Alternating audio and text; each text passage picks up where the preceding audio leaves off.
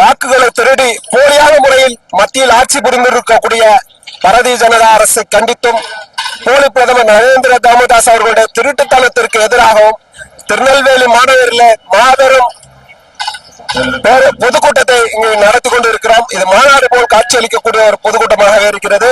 இங்கு வாக்கு திருட்டு குறித்து காங்கிரஸ் பேரியக்கத்துடைய அடிமட்ட தொண்டர்களும் அனைத்தையும் தெரிந்து வைத்திருக்கிறார்கள். அந்த வகையில் தோழர் அவர்களிடம் என்ன நடந்து கொண்டிருக்கிறது, வாக்கு திருட்டு குறித்து அவருடைய பார்வை என்ன என்பது குறித்து கேள்வியை கேட்கலாம்.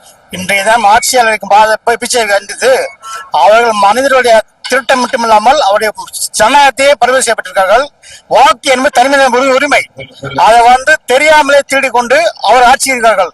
அந்த ஆட்சி அதிகாரத்தை அகற்றுவோம், ஆளுநர் கருத்தை வலுப்படுத்துவோம் என்று கூறிக்கொள்கிறேன்.